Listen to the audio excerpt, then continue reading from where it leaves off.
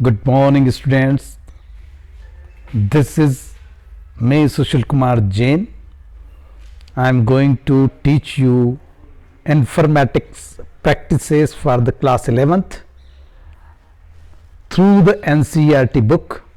Here is the screen on which the chapter first computer system, 1.1 introduction to computer system, 1.2 evolution of computer, 1.3 computer memory and 1.4 software. So the chapter first consists of the 4 parts. Chapter second, emerging trends, what is going on in the current era and next era. 2.1 introduction to emerging trends, 2.2 artificial intelligence AI, 2.3 big data, 2.4 internet of things IoT, 2.5 cloud computing, 2.6 grid computing, 2.7 blockchains. Chapter third, brief overview of Python.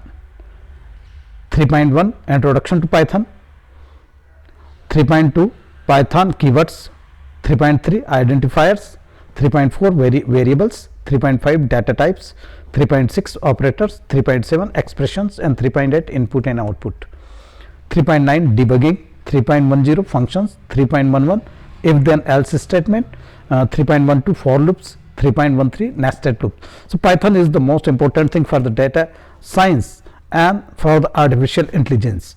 Okay, it will helpful you the Python with R. One more thing you will read and further skillful in the R. Chapter 4, the working with lists and dictionaries, introduction to list operations and traversing a list method and built-in functions.